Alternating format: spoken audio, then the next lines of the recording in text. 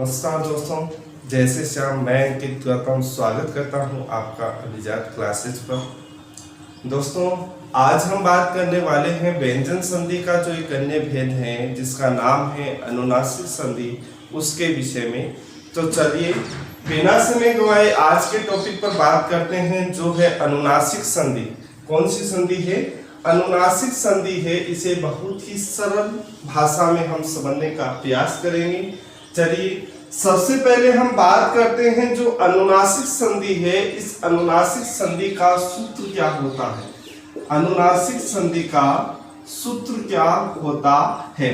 तो सूत्र की बात आए तो इसका सूत्र होगा यरो अनुनासिके अनुनासिको वा। क्या होगा? यरो अनुनासिके अनुनासिको वा। अनुनासिको वा, ठीक है। यरो अनुनासिके अनुनासिको वा, ये हो गया इसका सूत्र। अनुनासिक संधि का सूत्र होगा यरो अनुनासिके अनुनासिको वा। यदि हम इसकी वृत्ति की बात करें कि वृत्ति के अंदर देखिए, वृत्ति में हमें ये स्पष्ट पता चल जाता है कि वृत्ति में कि इसमें होगा क्या, ये संधि कहाँ होती है, कैसे होती है, ये सब हमें वृत्ति के अंदर मालूम हो जाता है। तो देखिए इसकी वृत्ति क्या होगी, तो लिखते हैं वृत्ति। वृत्ति है इसकी यरह पदांतस्या, यरह पदांतस्या अनुनासिके, यरह पदांतस्या अनुनासिके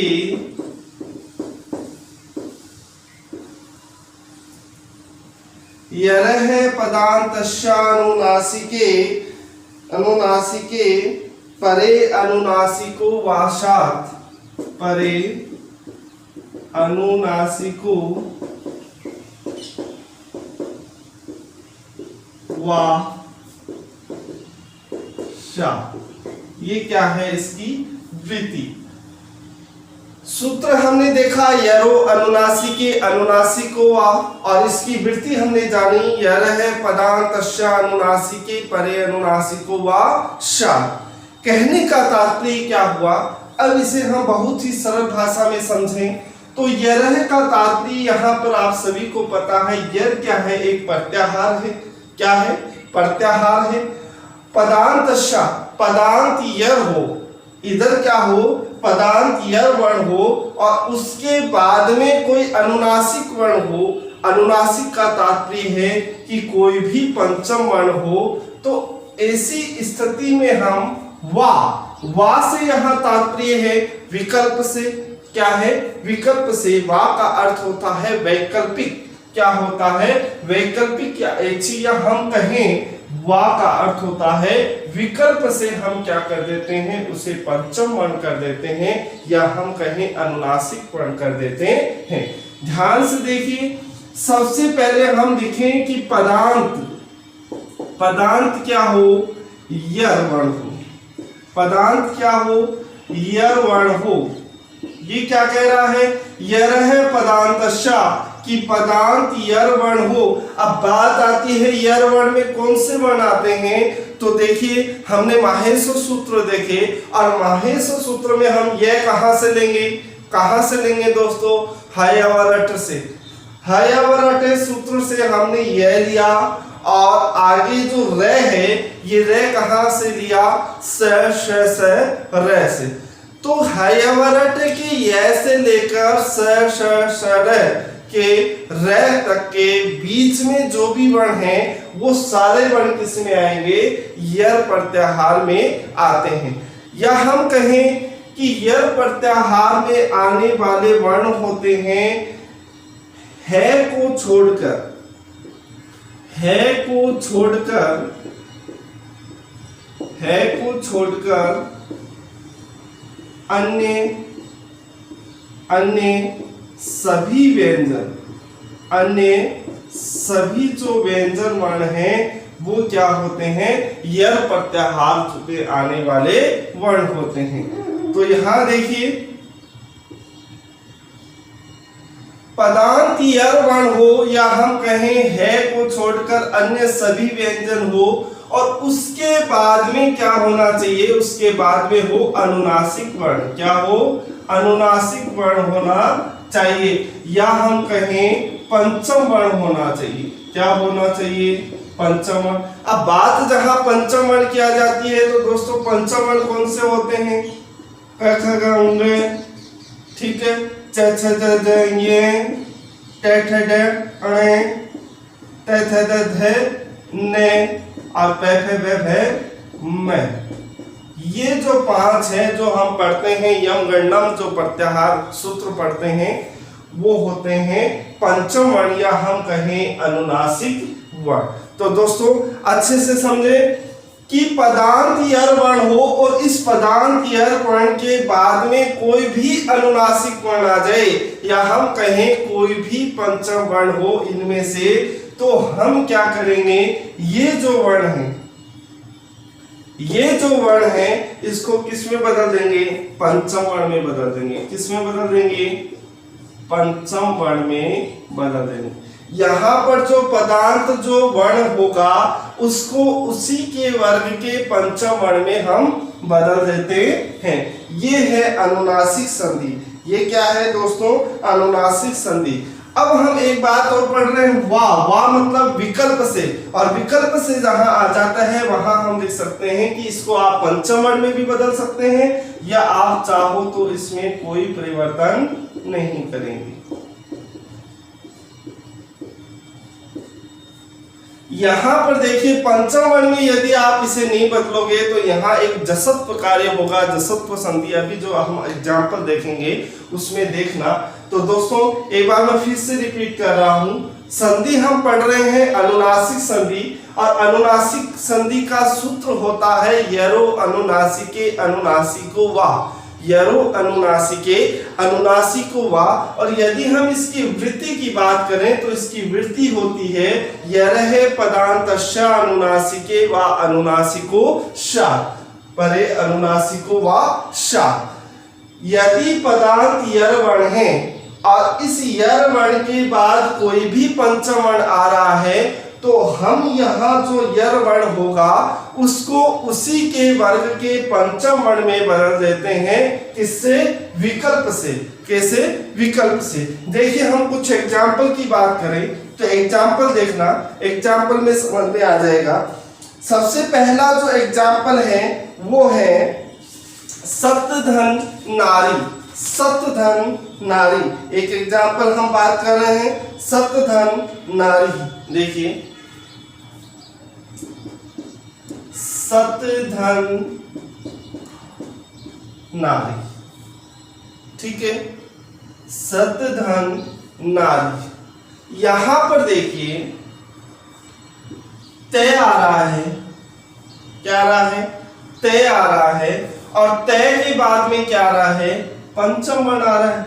अच्छे से देखिए ये तय क्या है? यर वर्ण है या हम कहें यर प्रत्याहार का वर्ण है, और इसके बाद में क्या आ रहा है? पंचम वर्ण ने आ रहा है। तो ऐसी स्थिति में हम क्या करेंगे, ये जो तय है इस तय को इसी के पंचम वर्ण में बदल देते हैं। इसी के पंचम वर्ण में बदलेंगे तो इसका पंचम वर्ण क्या होता है? न होता है। क्या होता है दोस्तों? न होता है। तो ये क्या बन जाएगा? सन्नारी। क्या बन जाएगा? सन्नारी। ठीक है। और यदि यहाँ पर आप अनुनासिक संधि नहीं करते हैं तो यहाँ पर देखिए एक संधि और हो रही है कि हमने पढ़ा था कि यदि कै चे टे ते पे झलाम जसो अंते, दो सूत्र हमने पढ़े थे। उसमें देखिए यदि तय वर्ण हो और तय वर्ण के बाद में क्या हो, कोई भी किसी भी वर्ग का तीसरा चौथा पांचवा वर्ण हो या यह वर्ण है या कोई भी स्वर हो, तो ऐसी स्थिति में हम इस तय को किसमें बदल देते हैं? इसके तीसरे वर्ण दय में बदल देते हैं। तो यहाँ जसत्व कार्य करने से क्या बन जाएगा? सदनारी। क्या बन जाएगा? सदनारी। क्या बनेगा दोस्तों? सदनारी। तो क्या हम कह सकते हैं कि ये दोनों ही एग्जाम्पल क्या हैं? सही हैं। क्या हम कह सकते हैं दोनों ही एग्जाम्पल क्या हैं दोस्तों? सही हैं। सॉरी यहाँ पर देखिए दोस्तों, नारी, इसको बड़ा करें,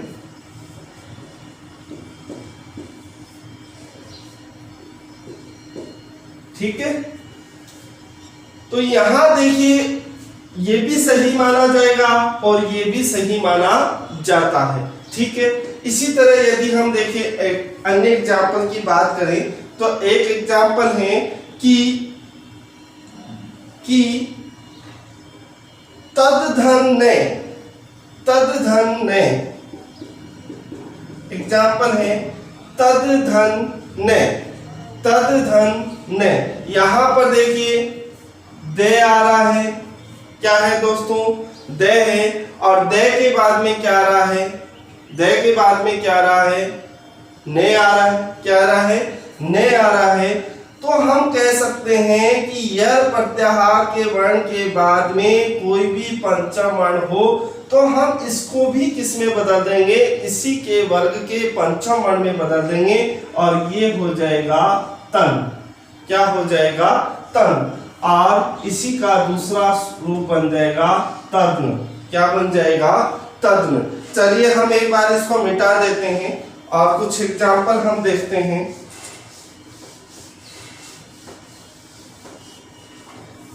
इसी को यहां लिख देते हैं, क्या हो जाएगा, पंचम वर्ण हो जाएगा और किसे, विकल्प से, ये लिख दिया, ठीक है। यहाँ पे कुछ एग्जाम्पल हम देख रहे हैं, देखिए वाक धन महिमा, एग्जाम्पल है वाक धन महिमा। देखिए दोस्तों सबसे पहले इधर देखिए एग्जाम्पल में वाक, कै क्या है, यर वर्ण है, कै क्या है, यर वर्ण है, और इसके बाद में क्या आ रहा है, पंचम वर्ण आ रहा है, इसके बाद में क्या आ रहा है, पंचम वर्ण आ रहा है। तो हम क्या करेंगे, ये जो कै है इस कै को ही किस में बदल देंगे, इसी के वर्ग के पंचम वर्ण में बदल देंगे। तो इसका पंचम वर्ण क्या होगा, ंग, क्या हो गया, ंग। तो ये हो जाएगा वांग महिमा, वांग महिमा, ठीक है। अब हमने एक जसत्व संधि का अध्ययन किया है और उसमें हमने देखा था कि कै चैटे या झल वर्णों के बाद में कोई भी स्वर हो या किसी भी वर्ग का तीसरा चौथा पांचवा वर्ण हो या ये वर्ण हो, तो ऐसी स्थिति में हम इस वर्ण को इसके तीसरे वर्ण में बदल देते हैं। ये हमने देखा था जसत्व संधि के अंदर। तो यहाँ इसका तीसरा वर्ण क्या हो जाएगा, वाग महिमा, क्या हो गया, वाग महिमा। यदि बात आती है कि ये कौन सा इनमें से सही है, तो हम कह सकते हैं कि ये दोनों ही संधि युक्त पद क्या है, सही है। दोनों ही संधि क्या है, संधि युक्त पद सही है, क्योंकि हमने यहाँ एक चीज पढ़ी है, वा मतलब विकल्प से यहाँ हम करेंगे। तो एक तो यहाँ अनुनासिक संधि हो जाएगी, और अनुनासिक संधि यदि आप नहीं करते हैं तो यहाँ पे कौन सी संधि हो रही है, जसत्व संधि हो रही है। देखिए दोस्तों एक चीज मैं आपको बता दूं, यदि हम बात करें अनुनासिक संधि की पहचान क्या है, तो हम कह सकते हैं ऐसा कोई भी संधि युक्त पद हो जिसके अंदर दो पंचम वर्ण हो, ऐसा कोई भी संधि युक्त पद हो जिसके अंदर दो पंचम वर्ण आ रहे हैं। अब यहाँ पर देखिए एक पंचम वर्ण ये है और एक ये है, और उनमें से जो पहला वाला पंचम वर्ण है वो क्या होना चाहिए, हलंत होना चाहिए, वो क्या होना चाहिए, आधा होना चाहिए। वहां हमेशा आपको अनुनासिक संधि ही मिलेगी। देखिए कुछ एग्जाम्पल हम देखेंगे और आप इस बात को नोटिस करना। एतद धन मुरारी ही, एतद धन मुरारी, एतद धन मुरारी, ठीक है। यहां पर एक बात मैं आपको बता दूं, यहां इसका संधि विच्छेद क्या होगा, एतत् धन मुरारी। वैसे इसका संधि विच्छेद क्या होता है, एतत् धन मुरारी, लेकिन हमें पता है कि यहाँ तय के बाद में ये पंचम वर्ण है, तो यहाँ जसत्व कार्य करके इस तय का हम क्या कर देते हैं, दय कर देते हैं। तय का क्या हो जाता है, दय हो जाता है।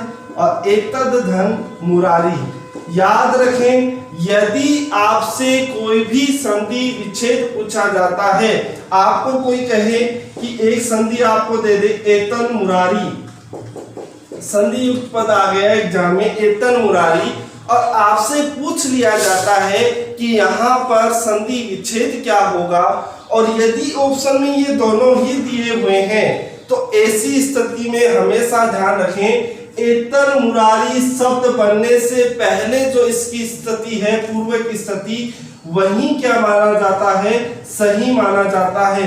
तो यहाँ हम इसको सही नहीं मानेंगे, किसको सही मानेंगे, एतद धन मुरारी, एतद धन मुरारी, इसी को हम क्या मानते हैं, सही मानते हैं। सबसे पहली बात तो ऐसी स्थिति आती नहीं है, लेकिन यदि पूछ लिया जाता है तो आपको ये सही नहीं करना है, सही कौन सा होगा, एतद धन मुरारी, क्योंकि याद रखें संधि युक्त पद बनाने से पहले जो स्थिति होती है वही स्थिति क्या मानी जाती है, सही मानी जाती है।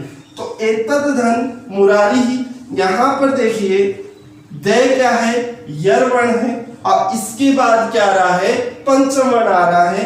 तो हम क्या करेंगे, ये जो वर्ण है इसको भी इसके पंचम वर्ण में ही बदल देते हैं, और ये क्या बन जाएगा, एतन मुरारी, क्या बन गया, एतन मुरारी ही, और विकल्प से क्या बन जाएगा, एतद मुरारी, एतद मुरारी। ठीक है, इसी तरह एक अन्य एग्जांपल और देखिए, दिक धन नागह, यदि इसको यहां तय कर देते हैं, चलो ठीक है, दिक धन नागह, दिक धन नागह, यहां देखिए क्या आ रहा है, यर वर्ण है और इसके बाद में पंचम वर्ण है, तो ये क्या बन जाएगा, इसको इसी के वर्ग के पंचम वर्ण में बदलेंगे तो ये हो जाएगा अंग, दिंग नागह, दिंग नागह, क्या बन गया, दिंग नागह। और यदि यहाँ जसत्व कार्य करें तो ये क्या हो जाएगा, क्या हो जाएगा, दिग, कै का तीसरा वर्ण गय हो गया, दिग नागह, क्या बन जाएगा, दिग नागह। ठीक है दोस्तों, ये सूत्र कहता है कि यहाँ विकल्प से हम क्या करते हैं, अनुनासिक संधि करते हैं या पंचम वर्ण करते हैं।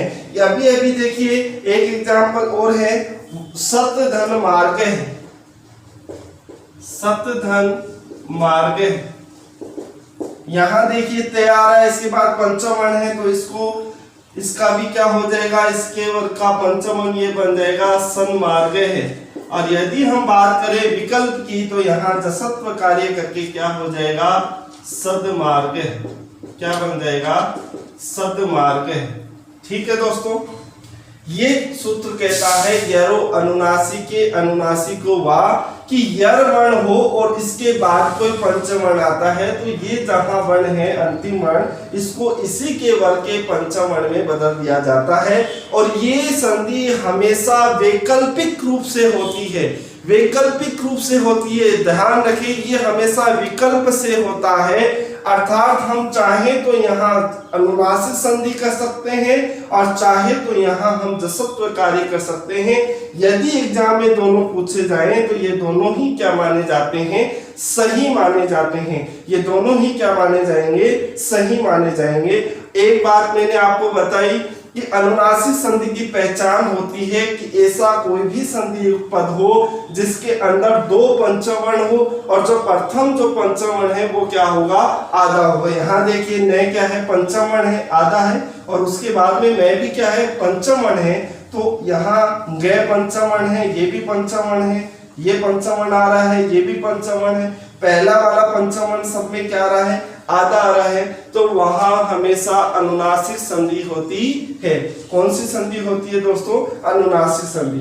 चलिए इसी का एक दूसरा नियम हम और पढ़ें, विशेष नियम जो वार्तिक है, प्रत्यय भाषायाम नित्यम, प्रत्यय भाषायाम नित्यम, ये क्या कहता है, ये वार्तिक कहता है, देखिए एक वार्तिक इसमें हम देखेंगे विशेष नियम कि प्रत्यय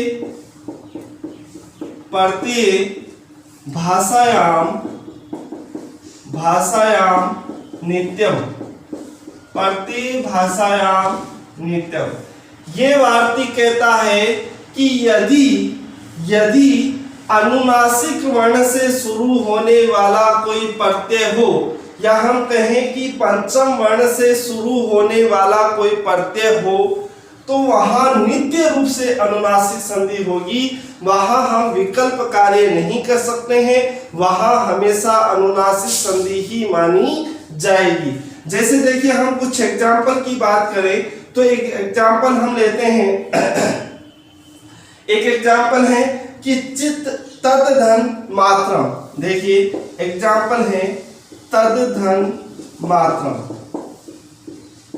याद रखें, यदि आपको पदांत के बाद में कोई भी या तो मयट प्रत्यय या मात्रच प्रत्यय, ये दो प्रत्यय होते हैं। प्रत्यय हमने अभी देखे नहीं तो हमें इसका मालूम नहीं है, तो याद रखें मयट और मात्रच प्रत्यय यदि अंत में है, या हम कहें कि द्वितीय पद यदि आपको मयम या मात्रम शब्द मिलता है, तो वहां हमेशा नित्य रूप से अनुनासिक संधि ही होगी, वहां हम विकल्प नहीं कर सकते हैं।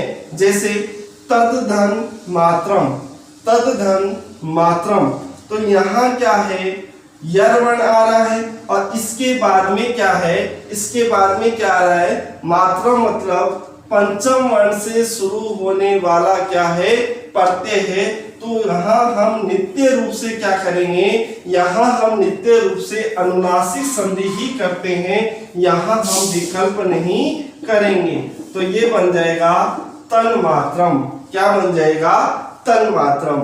ठीक है दोस्तों, इसी तरह और एग्जाम्पल है, देखिए वाक धन मयम, वाक धन मयम क्या आ रहा है, लेकिन यहाँ मेट प्रत्यय पंचम वर्ण से शुरू होने वाला प्रत्यय है, तो यहाँ हम क्या करेंगे, वांगमयम। क्या करेंगे दोस्तों, वांगमयम। यहाँ यदि आप वांगमयम कर देते हैं तो ये क्या माना जाएगा, गलत माना जाएगा, क्योंकि मात्रम और मयम ये दो शब्द आप दिमाग में बैठा लें, ये यदि द्वितीय पद आ रहा है तो वहां नित्य रूप से क्या होगी, अनुनासिक संधि ही होगी, वहां विकल्प कार्य नहीं होता है। ठीक है, इसी तरह देखिए और एग्जाम्पल की बात करें तो चित धन मात्रम, चित धन मात्रम। ठीक है, यहां देखिए तय आ रहा है और तय के बाद में क्या आ रहा है, पंचम वर्ण है, तो हम इस तय का भी क्या करेंगे, इस तय का क्या कर देंगे, इसी के वर्ग का पंचम वर्ण, और ये हो जाएगा चिन्ह मात्रम। क्या हो जाएगा दोस्तों, चिन्ह मात्रम हो जाता है।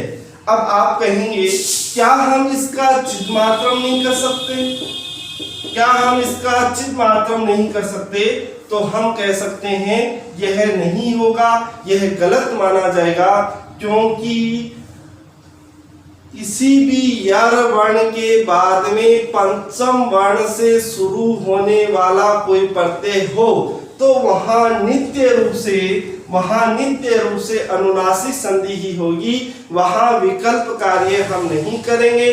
अब याद रखें कि प्रत्यय कौन से होने चाहिए, तो आप ये याद रख सकते हैं, या तो मात्रम शब्द हो या मयम शब्द हो, ये दो शब्द आप अपने दिमाग में बैठा लें। ठीक है, इसी तरह यदि हम बात करें और एग्जाम्पल की, तो देखिए वाक धन मात्रम, या कहें दिक धन मात्रम, दिक धन मात्रम, दिक धन मात्रम। ठीक है, देखना क्या हो जाएगा, दिंग मात्रम। क्या बन जाएगा दोस्तों, दिंग मात्रम। इस तरह से हमने कुछ इसके एग्जाम्पल लिए हैं। इसी तरह देखिए चित्त धन मयम, तो ये क्या बन जाएगा, चिन्मयम। क्या बन जाएगा, चिन्मयम। क्या बनेगा दोस्तों, चिन्मयम बन जाता है। यहाँ हम कौन सी संधि करेंगे, अनुनासिक संधि ही करते हैं। ठीक है, देखिए एक एग्जाम्पल हम देखते हैं, वाक धन इस। आप कहेंगे यहाँ क्या आ रहा है, लेकिन यहाँ कह तो आ रहा है, लेकिन यहाँ आगे क्या आ रहा था, कोई स्वर आता है तो यहाँ सिर्फ जसत्व संधि ही होगी, लेकिन इसमें स्वर नहीं आता है कहीं भी।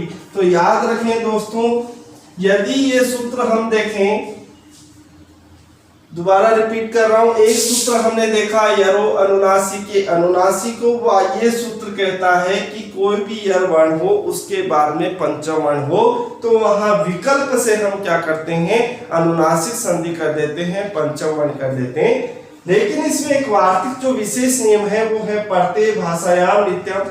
ये कहता है कि यर वर्ण के बाद में यदि कोई भी पंचम वर्ण होता है, पंचम वर्ण कैसा होना चाहिए, कैसा होना चाहिए, पंचम वर्ण प्रत्यय से, पंचम वर्ण क्या होना चाहिए, पंचम वर्ण से शुरू होने वाला कोई प्रत्यय होना चाहिए। या आप ये याद रखें, मेट या मात्रच प्रत्यय जहां होगा वहां नित्य रूप से क्या होगी, अनुनासिक संधि ही होती है।